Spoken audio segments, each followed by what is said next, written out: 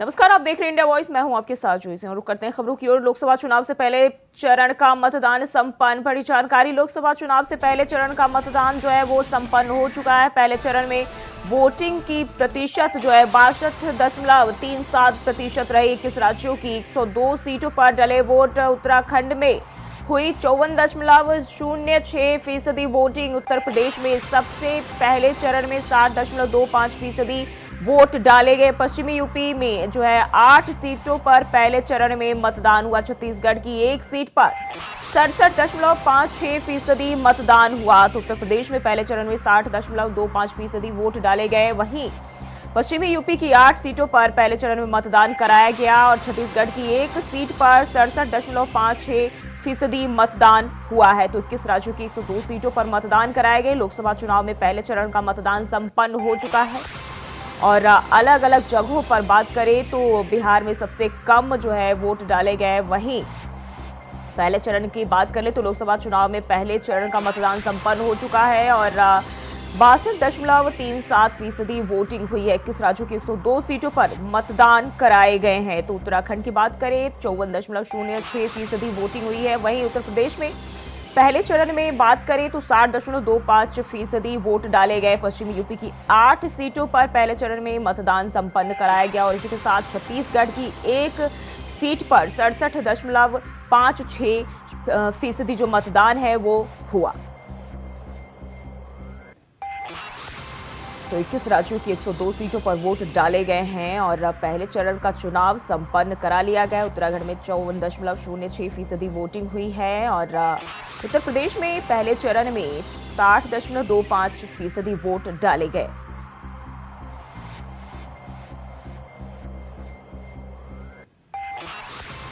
तो लोकसभा चुनाव के पहले चरण का चुनाव जो है वो संपन्न करा दिया गया है। उत्तर प्रदेश की बात करें तो 8 लोकसभा सीटों पर चुनाव संपन्न कराए गए हैं और पहले चरण की बात करें तो 62.37% वोटिंग हुई है। और इसी खबर पर ज्यादा जानकारी के साथ देहरादून से हमारे साथ अभय कैंथुराल जुड़ गए हैं। अभय, अगर हम बात करें लोकसभा चुनाव के पहले चरण का जो चुनाव है वो संपन्न करा लिया गया है, क्या खबर मिल रही है, इसे लेकर क्या अपडेट देखी जा रही है?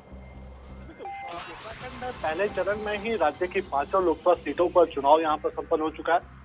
5 सीटों पर मतदान की जो प्रक्रिया थी वो शांतिपूर्ण तरीके से यहाँ पर संपन्न रही। निर्वाचन आयोग के जो ये कह सकते हैं कि जो रणनीति थी वो पूरी तरीके से यहाँ पर सफल देखने को मिली। हाँ, मायूसी इस रूप में यहाँ पर देखने को मिली कि निर्वाचन आयोग लगातार प्रयास कर रहा था कि पिछले चुनावों की तुलना में इस बार जो मत प्रतिशत है वो बढ़ा हुआ यहाँ पर आ सके, लोग ज्यादा से ज्यादा पोलिंग बूथ तक यहाँ पर पहुंच सके और अपने मत का प्रयोग यहाँ पर कर सके। लेकिन वो सब चीजें देखने को नहीं मिली।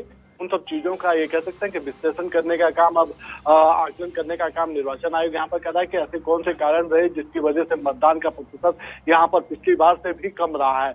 ओवरऑल ये कह सकते हैं कि 5 सीटों पर जो प्रदेश का जो मतदान का जो प्रतिशत रहा है वो 54.06% यहाँ पर रहा है और ये पिछली बार की तुलना में समझा जा सकता है कि जो अभी तक के जो आंकड़े थे उससे लगभग 6 से 7% मतदान यहाँ पर कम रहा है और ये निराशाजनक कहा जा सकता है। लेकिन इसे इस रूप में भी समझा जा सकता है कि लोकसभा चुनाव में इस बार जिस तरीके से प्रचार प्रसार का अभियान यहाँ पर चला था, जिस तरीके से बीजेपी या फिर भगवामय माहौल यहाँ पर देखने को मिल रहा था, तो उसमें ही लोग ये मान के चल रहे थे कि जब जीतना किसी एक ही दल के प्रत्याशी को है, उनकी जो चुनावी रणनीतियां हैं वो बिल्कुल यहाँ पर स्पष्ट नजर आ रही है और विपक्षी दल पूरी तरीके से सरेंडर कर रहे हैं, तो फिर ऐसे में जो चुनाव का जो मत प्रतिशत तो वो भी गिरने की आशंका यहाँ पर जताई जा सकती है।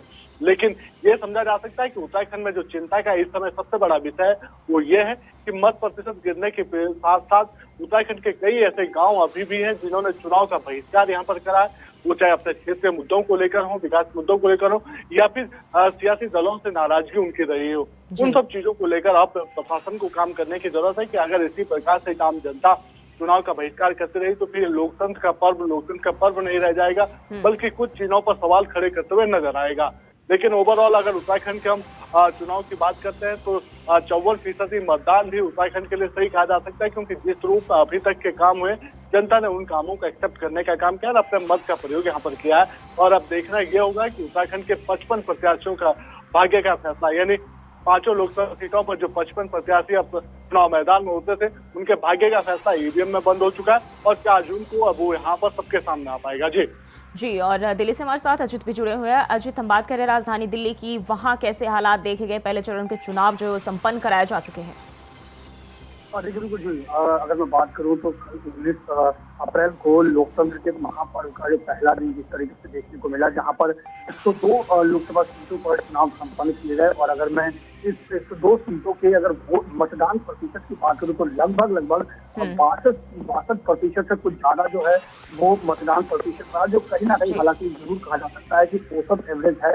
लेकिन जिस तरीके से हर बार जो निर्वाचन आयोग की तरफ से लोगों को जागरूक करने की जो बात की जाती है, तो उस हिसाब से अगर हम बात करें तो कहीं ना कहीं निराशा जरूरी है। हाँ, ये जरूर कहा जा सकता है कि 102 सीटों में सबसे ज्यादा जो अगर मैं मतदान प्रतिशत की बात करूं तो त्रिपुरा और पश्चिम बंगाल, जिस तरीके से त्रिपुरा में 80% मतदान हुआ, वहीं अगर पश्चिम बंगाल की अगर हमें बात करें तो 77% मतदान हुआ, जहां पर कहीं ना कहीं ये कहा जा सकता है कि रिकॉर्ड तोड़ मतदान जरूर देखने को मिला। लेकिन अगर मैं कल के मतदान की बात करूं तो पहले चरण में जो बिहार में जो जिस तरीके से चुनाव रहा और वहां पर जो मतदान प्रतिशत रहा, वो काफी निराशाजनक रहा है। और न केवल वो निर्वाचन आयोग बल्कि उन पार्टियों के लिए भी काफी निराशाजनक है जो वहां पर अपने विकास के लगातार बड़े बड़े दावों की बात करें। क्योंकि जिस तरीके से बिहार के मतदान प्रतिशत की जो अभी रिपोर्ट सामने आया है वो लगभग 48% का रिपोर्ट जो है वो सामने आया, यानी कि ये कहा जा सकता है कि 50% से भी कम लोगों ने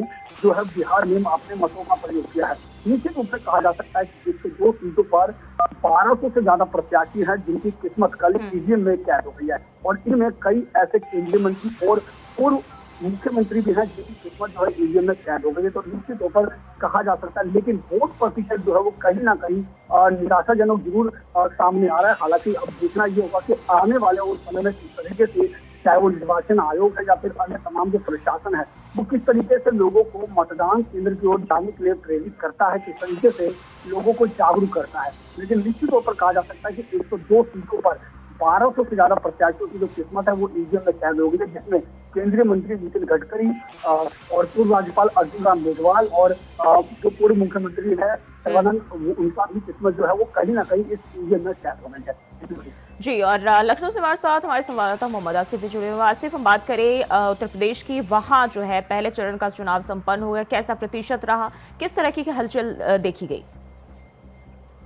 जो बता दूं कि लोकसभा चुनाव की बात करें तो यूपी की 8 सीटों पर मतदान संपन्न हुआ, जिसमें पश्चिमी यूपी की 8 सीटें थी, सहारनपुर, कैराना, पीलीभीत समेत कई अहम जो 8 सीटें थी उस पर शांतिपूर्ण ढंग से संपन्न हुआ। हालांकि इस बीच कैराना सीट की बात करें तो कैराना सीट पर सपा प्रत्याशी इकरा हसन ने प्रशासन पर गंभीर आरोप भी लगाए थे, जिसमें उन्होंने महिलाओं के साथ अवस्था किए जाने का आरोप मतदान केंद्र पर लगाया था। वहीं अगर मुरादाबाद सीट की बात करें तो मुरादाबाद में एसटी हसन के घर छापेमारी हुई, कहा जा रहा है कि उनके घर पर्ची मिली थी। तो कई ऐसी सीटें हैं जहाँ पर समाजवादी पार्टी ने आरोप लगाया कि उनके साथ जो है नाइंसाफी की जा रही है। और बात करें यूपी की अहम सीटों की तो इसमें जो हाट सीट थी,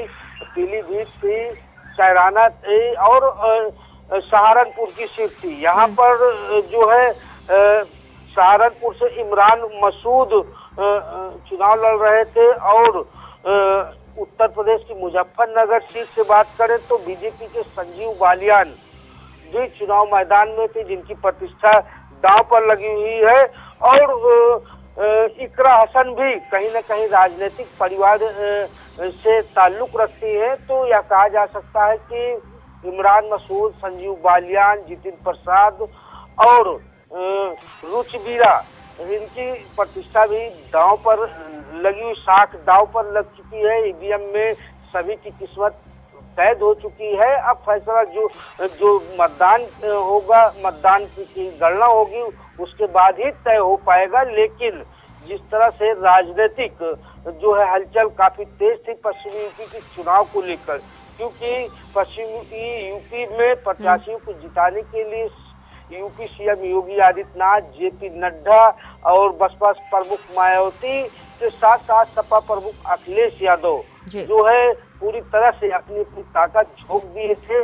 और मतदान के प्रतिशत की बात करें तो 57.90 मतदान का औसत आंकड़ा रहा। और सुरक्षा की व्यवस्था की बात करें तो सुरक्षा व्यवस्था भी काफी पुख्ता इंतजाम किए गए थे। डीजीपी प्रशांत कुमार ने कंट्रोल रूम बनाया था और लगातार वह मतदान केंद्रों के बारे में जानकारी इकट्ठा करते रहे और साथ ही साथ इस दौरान सोशल मीडिया पर अफवाह फैलाने वालों पर कड़ी नजर रखी जा रही थी, क्योंकि जिस तरह से जो प्रशासनिक व्यवस्था थी और साथ ही साथ मतदान केंद्रों पर खराब मिलिट्री फोर्स, पीएसी के जवान और साथ ही साथ पुलिस के जवान भी पूरी तरह से मुस्तैद रहे। और यही वजह रही कि कहीं भी कोई अप्रिय घटना लोकसभा के चुनाव के दौरान नहीं देखने को मिली। हालांकि जिस तरह से चुनाव आयोग ने तैयारी कर रखी थी, 21 राज्यों के 102 सीटों पर चुनाव पूरी तरह से संपन्न हुआ। यूपी की 8 सीटों पर भी चुनाव का प्रतिशत जो था काफी अच्छा रहा और मतदान के लिए काफी जागरूकता अभियान भी चलाया गया था। बिल्कुल। और अब है रुक करते आपके पास, अगर हम बात करें उत्तराखंड की, वहां पिछली बार के मुकाबले इस बार कम जो है देखी गए हैं चुनाव के प्रतिशत, क्या वजह रही? क्योंकि तैयारियों की बात करें तो लगातार सभी पार्टियां, तमाम जो पार्टियां हैं अपनी पूरी कोशिश कर रही थी, पूरी जोर शोर से जो तैयारियां कर रही थी और हवा बिल्कुल अलग ही थी। देखिए, चुनाव की जो तैयारियां उत्तराखंड में थी उसमें कह सकते हैं कि बीजेपी और कांग्रेस दोनों ही दलों की जो चुनावी तैयारियां थी वो इस समय चरम पर देखने को मिली थी। लेकिन जिस प्रकार से जनता के बीच में रुझान था तो जनता जनार्दन के रूप में सियासी दलों के जो नेता थे उनके वायदों को परखने का काम यहाँ पर कर रही थी, उनको तोड़ने का काम कर रही थी। लेकिन इतना जरूर कहा जा सकता है कि जो ओवरऑल जो वोटिंग उत्तराखंड में हुई है, 54.06% जो मतदान यहाँ पर हुआ है, ये बीजेपी के पक्ष का कहा जा सकता है, यानी सत्ताधारी दल के लिए कहा जा सकता है। क्योंकि जिस तरीके की तैयारी उन्होंने की थी तो उन्होंने अपनी तरफ से हर प्रयास यहाँ पर कहा था और मतदाता को पोलिंग बूथ तक लाने की कोशिश उनकी तरफ से की गई थी। अगर मत प्रतिशत पिछले चुनाव से ज्यादा बढ़ा हुआ यहाँ पर होता तो ये समझा जा सकता था कि विपक्षी दलों का जो उत्साह है वो धरातल पर भी देखने को मिला। उनकी जो चुनावी तैयारियां और उनके जो चुनावी वायदे थे उन वायदों पर जनता ने भरोसा करने का काम किया है और वो खुलकर वोट डालने के लिए बाहर निकल कर आए। लेकिन ऐसा नहीं हो पाया। सिर्फ ये कह सकते हैं कि पिछले चुनाव से भी लगभग 7% मतदान यहाँ पर कम हुआ है और ये जो सत्ताधारी दल है उसके लिए शुभ संकेत कहे जा सकते हैं कि जो उन्होंने काम किया जनता ने उनके ही कामों पर मोहर लगाई है और जो उत्साहित जो मतदाता थे वो बाहर निकल कर आए, उन्होंने अपने मत का प्रयोग यहाँ पर किया। खासा निराशा जो देखने को इस बार मिली है वो ये मिली है कि जो 18 से 39 साल का जो युवा था जिसको रिझाने के प्रयास यहाँ पर सबसे ज्यादा सियासी दलों की तरफ से किए गए थे, निर्वाचन आयोग ने भी उन्हें मतदान केंद्र तक लाने की भरपूर कोशिश यहाँ पर की थी, वो उसमें उतना उत्साह इस बार मतदान को लेकर नहीं देखने को मिला था।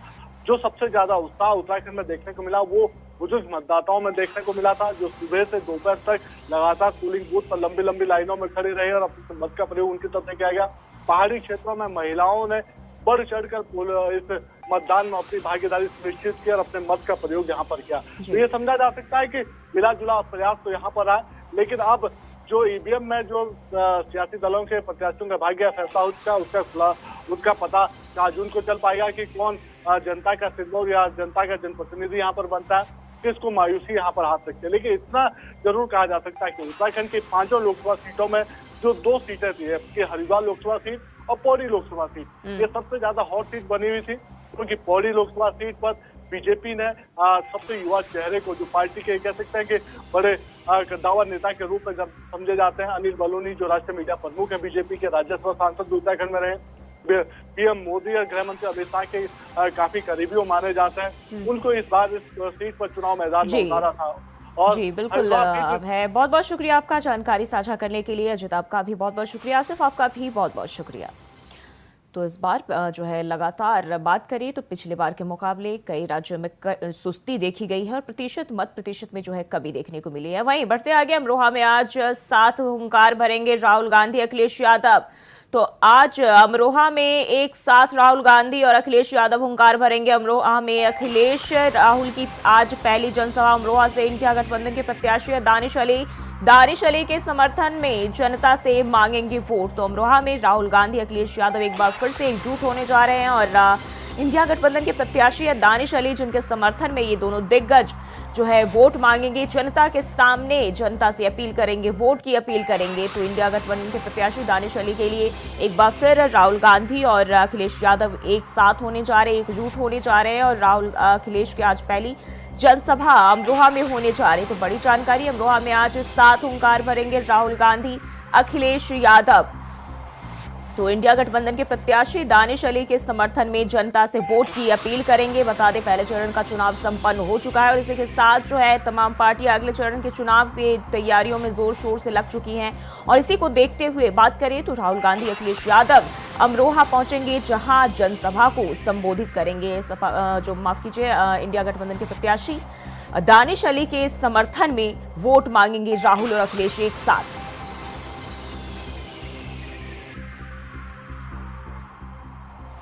तो दानिश अली के समर्थन में जनता से वोट मांगेंगे राहुल गांधी और अखिलेश यादव। तो अमरोहा में आज दोनों की पहली रैली होने जा रही है, जनसभा होने जा रही है, जहां चुनाव के दूसरे चरण की तैयारियों को लेकर ये दोनों अपने प्रत्याशियों के समर्थन में वोट मांगेंगे और जनता से वोट की अपील करेंगे। तो अब लगातार पहले चरण का चुनाव संपन्न होने के बाद दूसरे चरण के लिए चुनावी हुंकार भर रहे तमाम दिग्गज और अखिलेश यादव राहुल गांधी जो है अमरोहा पहुंचेंगे, जनसभा को संबोधित करेंगे। तो दानिश अली के समर्थन में जनता से वोट की अपील करेंगे और इसी को लेकर अमरोहा में राहुल गांधी अखिलेश यादव फिर एकजुट होने जा रहे हैं। तो आज राहुल गांधी और अखिलेश यादव चुनावी हुंकार भरेंगे अमरोहा में, जहां दानिश अली के समर्थन में जनता से वोट मांगेंगे, जनसभा करेंगे। तो एकजुट होने जा रहे हैं, एक साथ होने जा रहे हैं एक बार फिर से ये दो चुनावी दिग्गज।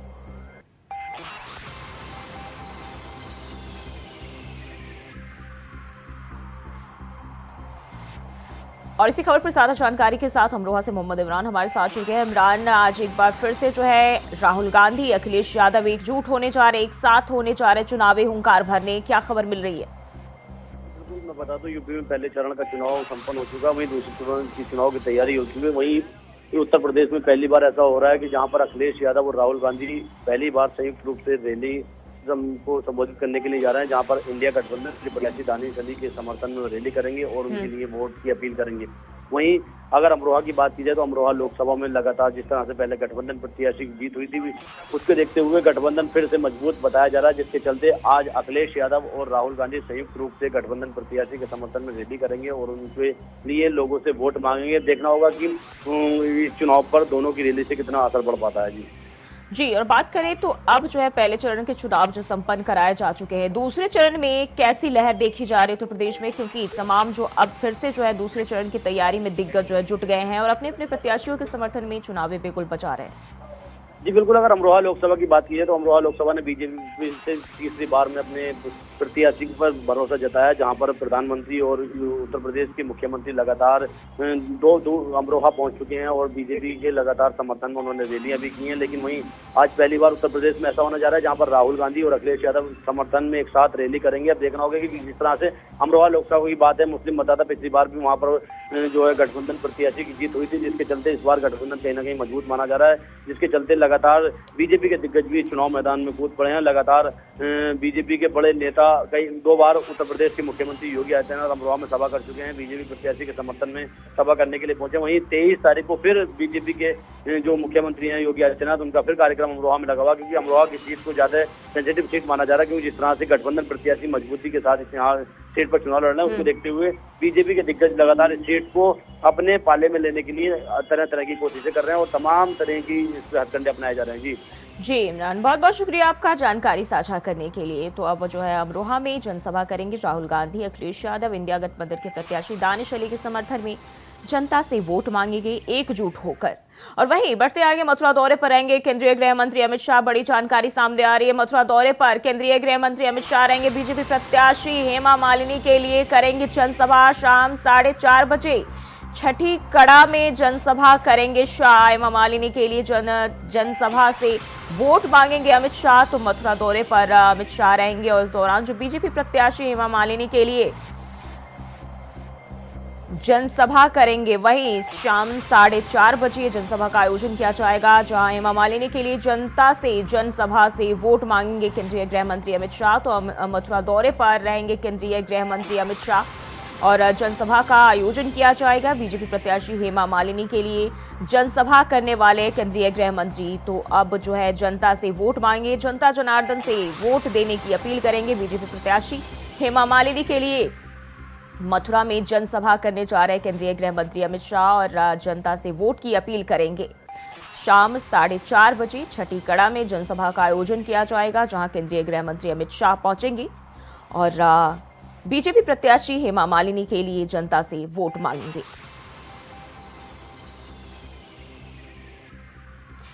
और मथुरा से इसी खबर पर ज्यादा जानकारी के साथ मोहम्मद फारूक हमारे संवाददाता हमारे साथ जुड़ गए। फारूक, आज केंद्रीय गृह मंत्री अमित शाह का मथुरा दौरा है, हेमा मालिनी के लिए जनता जनार्दन से वोट की अपील करेंगे।